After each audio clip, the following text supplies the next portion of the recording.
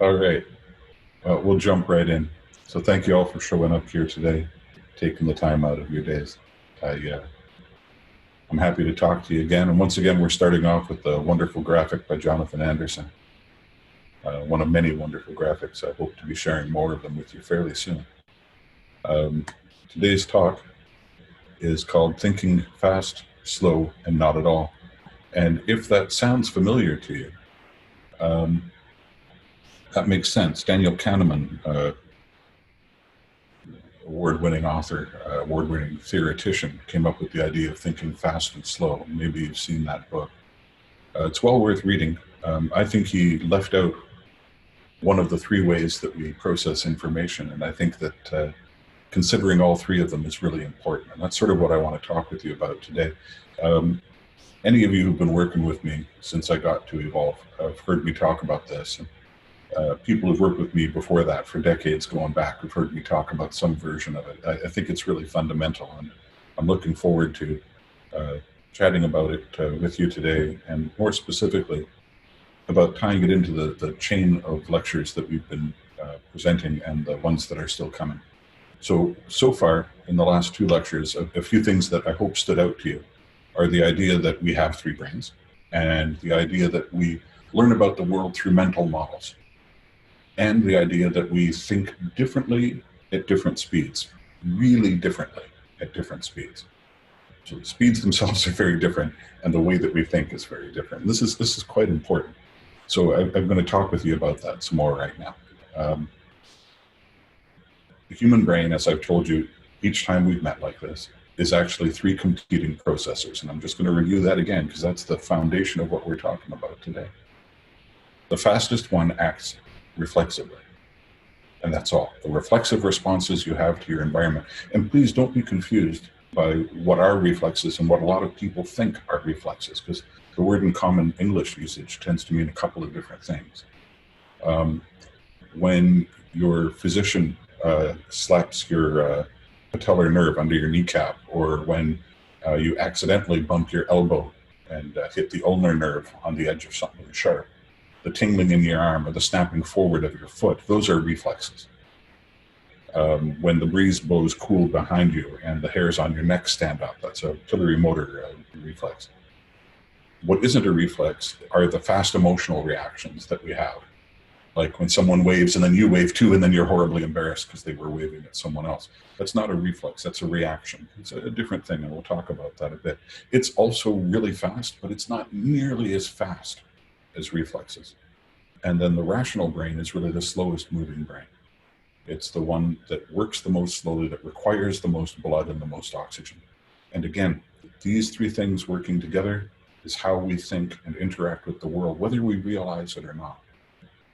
So to break it down a bit more, the first part that I talked about is like an echinoderm. And I know what you're all thinking. Wait, an echinoderm? Really? Sorry, I tend to use unnecessarily complex words, as many of you have found out by now. An echinoderm is just a creature with spiny skin, like a starfish. Echino, what is it? Echinoasteria, I think. Echinodermis asteria or something like that is asteroida is starfish. And starfish are really cool. There's a reason I chose one for that drawing that you keep seeing in these presentations. I chose a starfish because we know for a fact that the limbs of a starfish work in a coordinated fashion so the fish can swim and so that it can hunt and catch prey and eat. We know that they work together, the limbs, but each limb has its own nervous system. And specialists in echinoderms have no idea what coordinates those separate nervous systems because there's no central brain and no apparent coordination between them. Weird, huh? The second processing system is like a protoprosimian. And I've mentioned prosimians before. Prosimians are the great-great-grandchildren of protoprosimians. And we are the great-great-grandchildren of prosimians. So proto meaning an earlier version, like a prototype. Pro meaning before. Simian meaning ape or monkey or something like that. So the second type of thinking is like a protoprosimian, which means a small mouse-sized sort of monkey creature. Our great-great-grandparents living in nests and trees, clustering together for safety, before they went out into the tall grass and started walking around. So when you think like a Protoprosimian, it's a lot of fear. It's a lot of hoping for familiarity and hoping for the comfort of things that you know, and a whole lot of looking out for what's unusual. And when you see something unusual, don't take the time to figure it out. Run like mad. If you're not running, then the ones around you are running, and you'll be the one left behind. And the third processing system, well, it's sort of like how all of us are feeling right now. In the picture, I show a tall tower with a tiny window with a light in it. And I like to tell people to imagine that the part of their brain that's listening to these ideas right now and considering them, hopefully considering them, that part of your brain sits in a tall tower with a small window, insulated completely from the world. And the only thing she hears about the world is what gets whispered to her or screamed in panic by the Protoprosimian who's clutching her tight. That worried Protoprosimian is the one who tells our intellectual brain everything it gets to know. And the Protoprosimian itself has no direct contact with the world. All of the direct contact is coming from the limbs of that brainless starfish that somehow sometimes work in coordination. Now, okay, that's fairly complex ideas, and you're probably really thrilled to have heard them. The thing is, it makes a difference. It makes a difference when we look at something like this graph we looked at last time. Because when you look at a graph like this, a graph that you've seen before, especially if you've seen it many times before, you're not recognizing it with the intellectual part of your brain. The part that's hiding in the tower never gets that real information or a chance to react to it. Instead, the recognition happens from that Protoprosimian, located in what they often refer to as the limbic part of the brain, which is sort of the middle. It's called limbic because limbic means like out on a limb, it means on the edge of something. And it's sort of on the edge of your cognition. And it's where fast patterns are recognized and where strong emotions are processed. The two of them share a blood source, and that's really important in what we're going to talk about. So when you've seen this 1,000 times, you don't bother taking the time or the effort to ask your intellectual brain, what is that? Protoprosimian knows what it is. I know that really well. It's okay, I know it, until all of a sudden all these words come up. When all these words come up, then all of a sudden the prefrontal neocortex, the part of you that's intellectual and sheltered from the rest of the universe, that part of you then has to process information. Or else, like most people, you just say, oh man, that's a lot of words. That's enough. I'm going to skip on to watching Tiger King reruns. So the fact that we process something as simple as this in two different ways is really cool. The fact that the part of our brain that we usually think is in control, like in Dr. Kahneman's writing and many other people's, the part of our brain we think is in control actually gets pushed out of the way by the emotional fast reaction part. I think that's pretty cool. I think that's really important. And I'm not the first person to talk about it, though that was a fundamental part of some of my doctoral research. Freud talked about that in his models of human consciousness. Jung did too. Imagine something where Jung and Freud agreed. Socrates and Plato talked about it. It goes way back, this idea that there are three separate processing systems in the body. The ancient Greeks thought of them in terms of human, animal, and plant reaction systems. Sort of like how the modern triune brain theorists about 100 years ago started talking about them as the lizard brain and the monkey brain and the modern brain, right? They sort of took it a bit further along in evolution. Instead of plants, it's lizards, right? Anyway, we're going to get into that a bit more, but just please consider that the things that you know and that you recognize at a glance, you're not processing with your cognitive abilities, at least not with your strongest cognitive abilities. Anyway, we're going to come back to that. For now, I'd like to take you all with me on a hike in the mountains, if you don't mind. It's just something I miss doing. I imagine you too. Of course, it's the mental mountains. We're not actually going to go out walking because that would be dangerous for a number of reasons right now. that I won't go into in detail because some of them are kind of embarrassing. But let's go to the mountains, as I said. Sorry, I had to start up again there, got sidetracked. Imagine then a high forest, a winding cliffside trail, and the clear sky, that beautiful blue, the one that you love, not the one that I love. I'm imagining the one that I love. You imagine the one that you love. And down off the cliffside, far below, sharp rocks waiting. And then in front of us on the trail, suddenly appears a snake. And our dynamic 3-tiered reaction system kicks in, right? The emotional, fast-reacting part of you thinks, what, a snake? And the intellectual part of you starts doing something else. It tries to remember that rhyme you probably heard when you were a kid, was red, yellow kills a fellow? No, white to black, bite it right back. It was something about the colors of the stripes on the snake.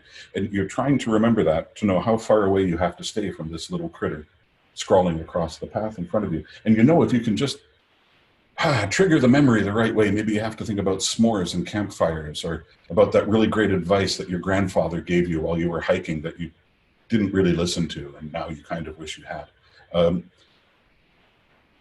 You're trying to think of all those things,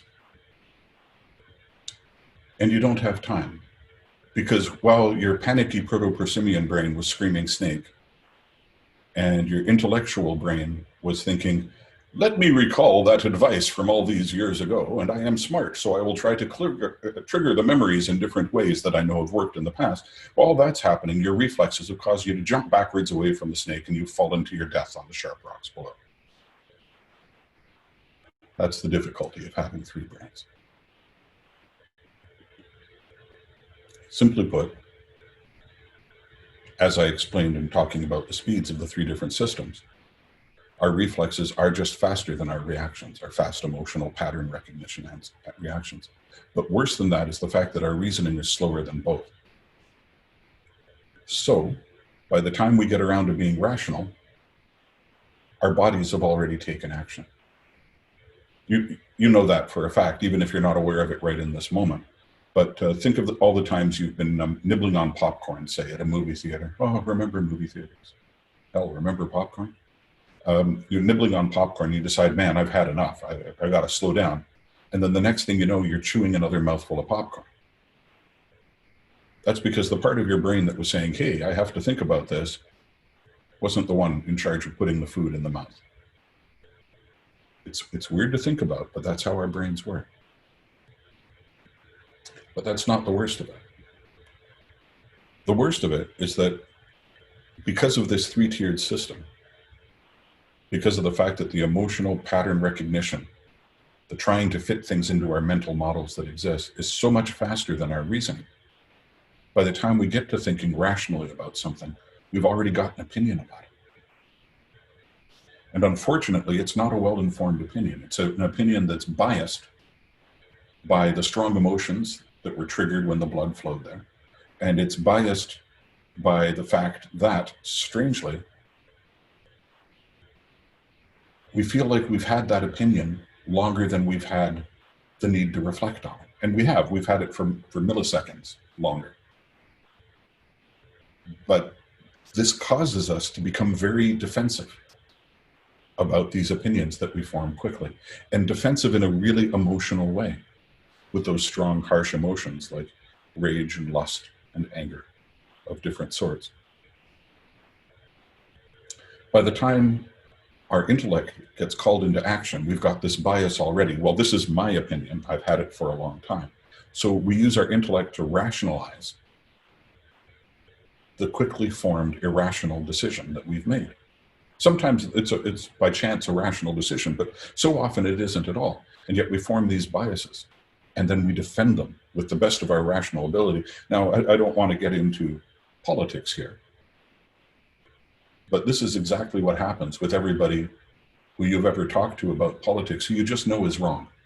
And it doesn't matter what they say, you just need them to listen to you. It's what's happening to them. They can't listen to your words, because your words are just attacking the position they already hold. And big surprise, their words to you are doing the same thing. They're attacking the position you already hold. And there's a strange effect in the brain that when the things we truly emotionally are attached to are attacked, we become not more able to challenge those ideas, but less able. The processing happens in a faster and faster cycle, is my theory, inside that limbic part of the brain. And the intellect just never has a chance to get in there and get involved. So you might ask yourself, why would such a leap to certainty that we are then going to defend blindly, why would that leap evolve? How could that possibly be a survival characteristic? Wouldn't it be better to stop and think deeply about things? Well, let's take a look at it from an evolutionary point of view.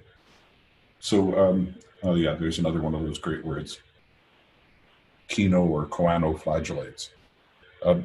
Imagine a little microscopic sort of creature that, well, you know those screensavers on the Mac, the default screensavers that seem to have the long arms that sort of dance like that? Imagine something like that, but vastly smaller and involving less profit to a corporation. So these single-celled versions of creatures like that, we know from the fossil record, started having reflexes about 850 million years ago. And then about 450 million years ago or so, they and their descendants had evolved and branched and formed these things called stickfish, which are basically just a tube. And the tube is sort of the origin of all the rest of us here that evolved later on. It's got one kind of skin cell on the outside of the tube and one kind of skin cell on the inside of the tube. And the difference is that the stuff on the outside rejects some things and absorbs others, and the stuff on the inside rejects and absorbs other things. So the inside can become a digestive tract, sort of like what we've got now. We are basically a tube with some bones and other stuff stuck in between the walls. But the skin on the inside absorbs things differently than the skin on the outside does. So these stickfish had nervous systems, spinal cords, and they developed two separate brains from what we can see, which is kind of cool. The living lancelet, by the way, is not only a really cool name, and I'd love to see it as possibly a band name and possibly the latest superhero to throw down with Iron Man and Spider-Man and those guys. But the living lancelet is a really cool fish. You should look it up. It's kind of hilarious. Now, about 300 million years later, the fish had moved. Some of them had come out of the water into shallow tidal pools. Some of them had come up on land. And eventually, some of them were out on land and developed a different kind of outer skin that would react differently with the atmosphere around it. It started growing things like hair. And some of those and their cousins that didn't have hair started to develop that neocortex. That's that part of your brain that can actually think slowly. So when the other folks talking about a triune brain use the language that you've heard about having a lizard brain and a monkey brain and a human brain, well, what they're calling the human brain actually happened about 150 million years ago. Okay, so it's a little bit older than humans. Anyway, the neocortex showed up. And if you want to understand the physiology of the neocortex, from cartoons, it looks like it's sort of a pile of toothpaste that's been squeezed out of a tube. And it's wiggly tubes running over each other, right? The neocortex is actually a great big sheet about the size of a tablecloth. And this great big sheet is 6 layers thick, and it's just been scrunched into your skull, like you were trying to pack a tablecloth into a skull. Don't know why you do that, but it's like that. Say trying to fit a blanket into a small suitcase. So that scrunched up tablecloth is where we develop the ability to do all kinds of additional thinking. And the history of it is really cool. There's 2 major competing theories about that happen. Some people say that it's because these primates, no longer being in the water, had to develop a much more developed sense of taste and smell than they had to have in water, which can both aggregate and disperse smells much better than air can. So they had to have a better sense of smell, so they developed this complex olfactory system, and that forced increased blood flow to the brain and increased processing powers. The theory I like is the competing one, which says that these little critters, their grandparents had really powerful Prometheus jaws, really powerful jaws with great big muscles that went up to a crest on the top of the skull, down into the jaw, huge, huge jaw muscles.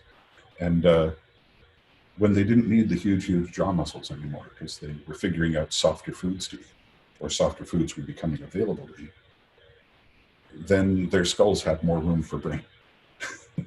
I love that theory.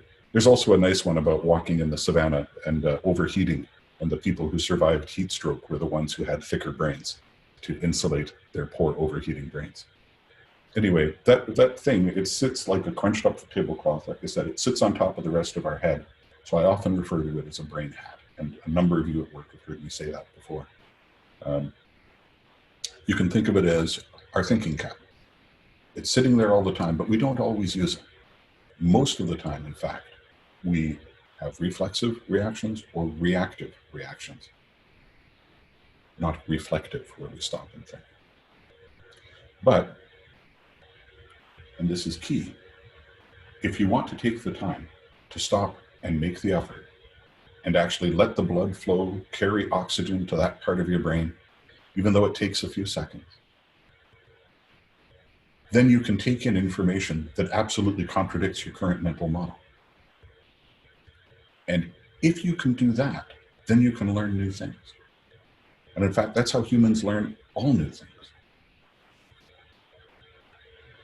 It's what allows us to recognize that what we tried to do failed. And so make new ideas about how to do things, about how the universe around us works. And this brings us back to that stuff that I was talking about before, associating new information with old information through comparing it to our mental models and hopefully adapting our mental models, growing them, making them different. It's also how we self-calibrate and make sure that we're doing the things that we want to do. And that's really vital, that self-calibration. That's what keeps us all balanced and being the people we want to be. But the self-calibration makes it possible then for us to assess when a task is performed better or worse. And all of the tasks that we do unconsciously are tasks that we've learned this way.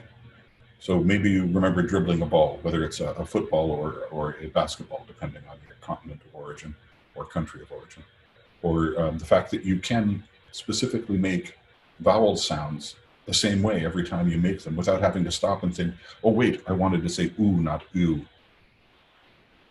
All of that unconscious formation of the soft parts of the tongue and throat and mouth to make that shape coincide with the moment of breath being released.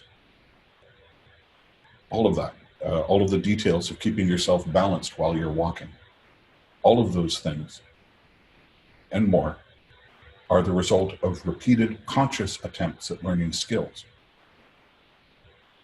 And if you don't try to do that in the part of your brain that is conscious, then you can't learn them.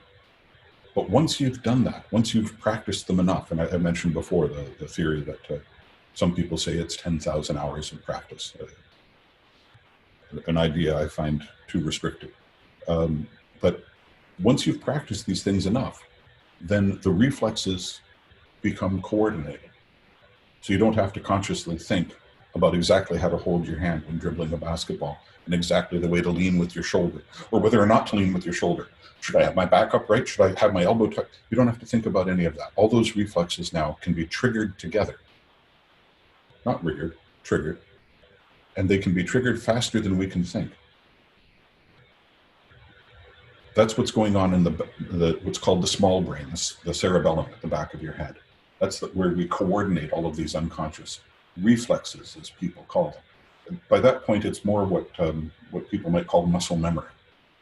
So the fact that you can sit on a chair without falling over, and all of the little muscles in your hips and spine and shoulder and neck can all keep you perched upright. That's all going on, coordinated in that part of your brain. And the cool thing is that it gives us the ability, that this different level of processing gives us the ability to practice things that we want to be able to do properly and sort of store them as a triggered pattern that can be triggered faster than we can do them deliberately. Right? That's what martial arts are all about. It's about taking control of what your fast reactions will be. And that's what learning to speak is all about, so you don't have to remember exactly how to form the words you want to use, unless you've had some kind of a traumatic injury, in which case you do have to relearn that, or relearn how to walk, relearn how to coordinate the systems that you used before. So fast reactions, like I mentioned before, jumping backwards off of the trail and dying on the rocks below, can be very bad. Or they can be very good if they're reactions that you've taken the time to train so that they do what you want to do and express yourself, allow you to express yourself as the person you want to be, even under circumstances where you don't have time to be deliberate about what you want to do. Right? That's sort of the advantage of having this buffering system, this different processing system, if you take the time to understand it and use it properly. And the good thing is that as we learn to understand it, as we reflect on this and think about how we can help things move from one part of the brain to the other, we get better and better at doing this faster and faster. And then we stop. As kids, we are doing this constantly. Those of you with small children at home right now are probably frustrated, maybe horribly frustrated, by the incessant questions. Why? Why? How does this work? Why? Why is the sky blue? Why do we have a table? Why do we sit on chairs? Why? That's all trying to compare new information to current existing mental models and adjust them. That learning process is going on because the poor kid's brain is in the process of doubling in size, something your poor brain gave up on a long time ago. But follow the way that children think about things like this. Try to ask questions the way they do and explore answers the way that they do. That doesn't mean call up your parents and say why into the phone until they are driven as crazy as you are currently being driven. What it means is try to think as though you can challenge everything you know every time you see something or think of something you haven't thought of or seen before. Of course, that requires you to admit that the things you know with certainty, with that strong emotional certainty, like your political beliefs or your stance on cannibalism, the things that you know with absolute emotional certainty, maybe could be improved with new knowledge.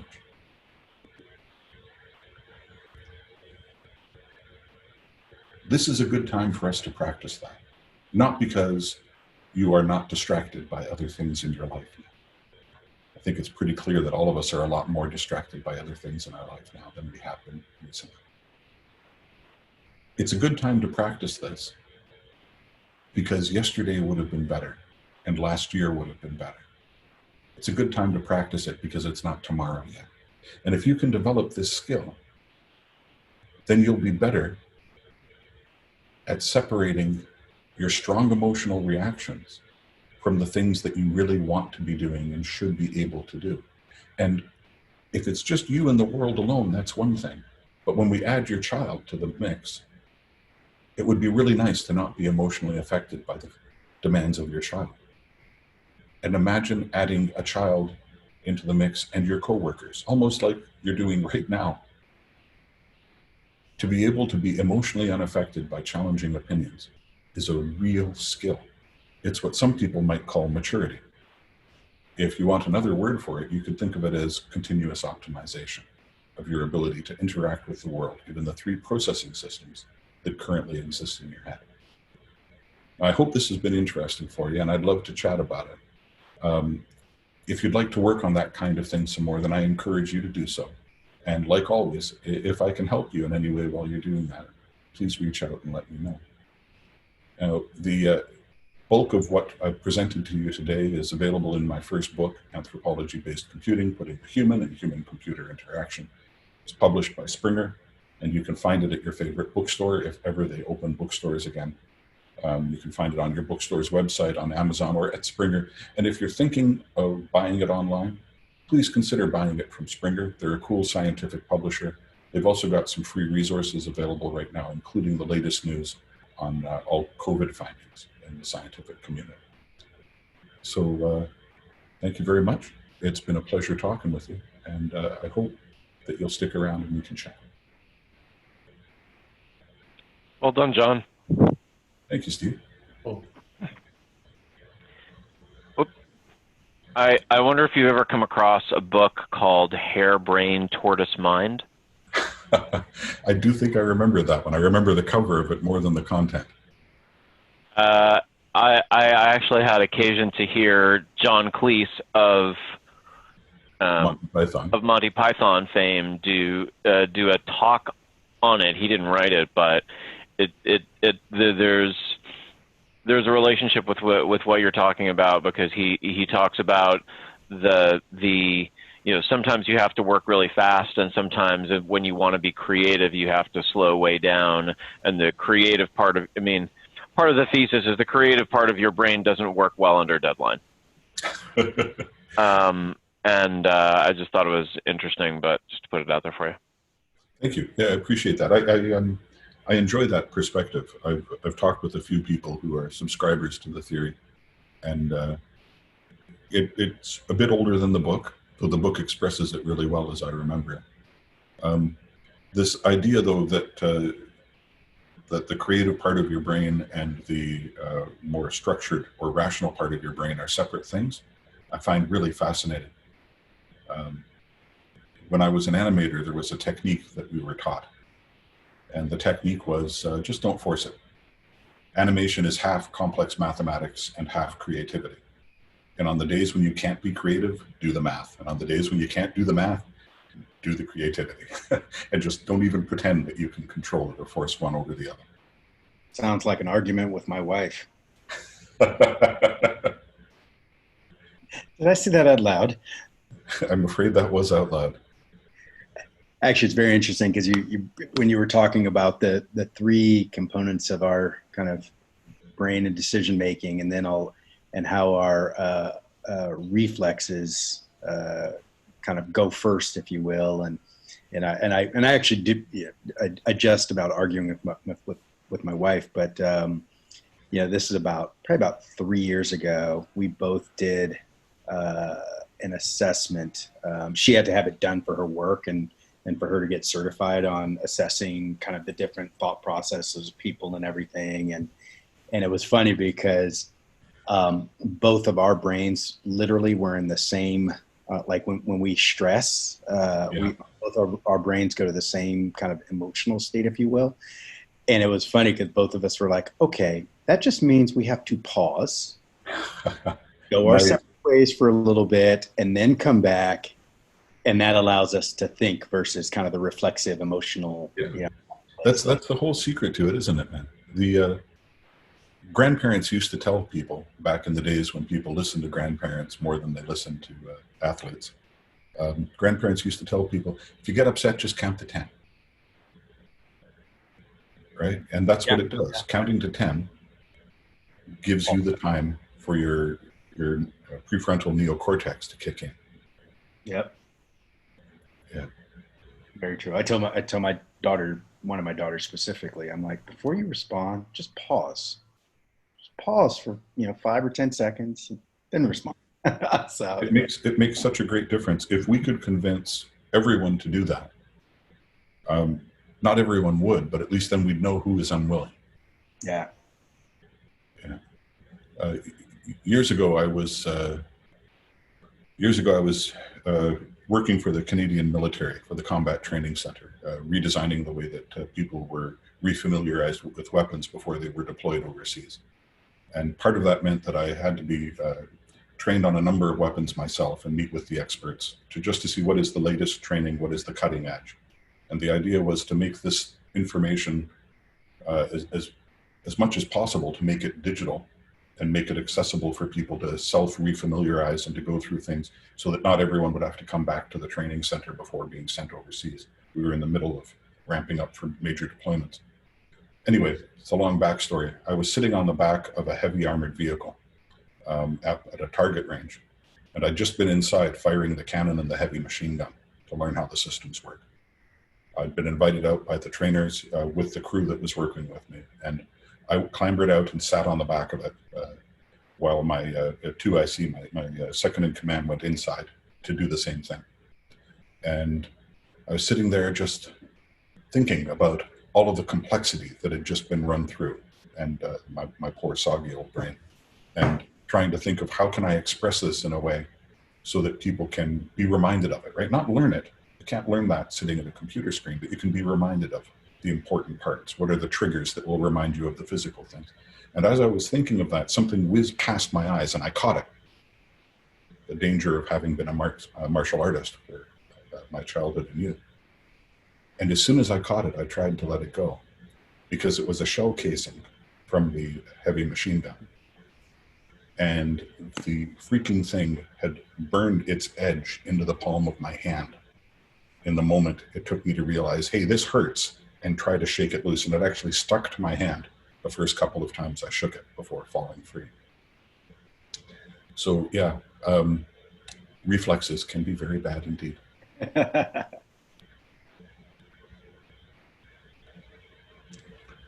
Okay. If anyone else would like to raise anything. I have one other question, which is I know you're working on Please. how to work with kind of all this AI technology and basically make sure that we don't have Terminator occur, Skynet.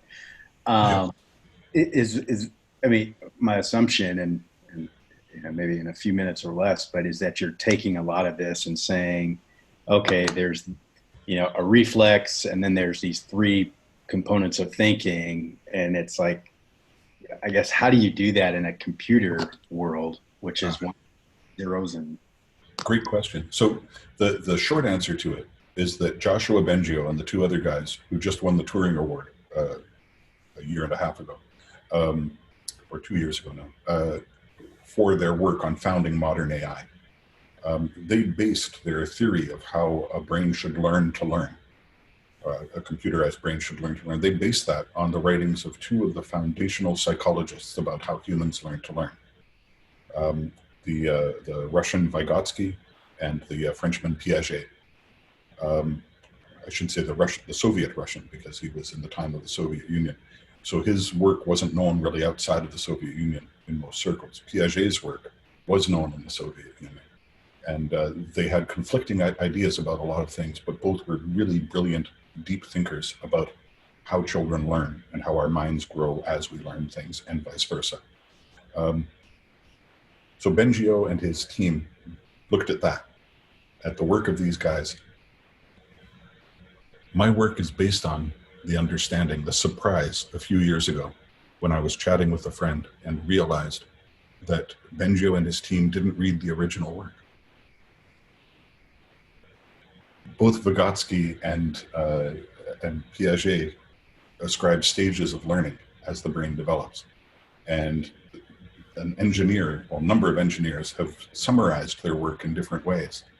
And the original work on modern AI is based on a misunderstanding, if everyone will pardon me saying so, a misunderstanding of just how deep and complex the work of those two psychologists was. So to put it really simply and finish with just 2 sentences, modern AI is built on the brain of a child that is less than 2 years old and hasn't learned to do the reflective stuff that I was just talking about. The work that I'm doing with my research partner over in Denmark and the crew we put together in England and elsewhere, in Germany, the work that we're doing is trying to recreate those multiple processing systems where the purpose is to process information differently at different speeds and to be reflective and self-modeling and self-calibrating. And by introducing a model of self and the ability to self-calibrate and grow your self-calibration model, we think that we will have reflective artificial intelligence.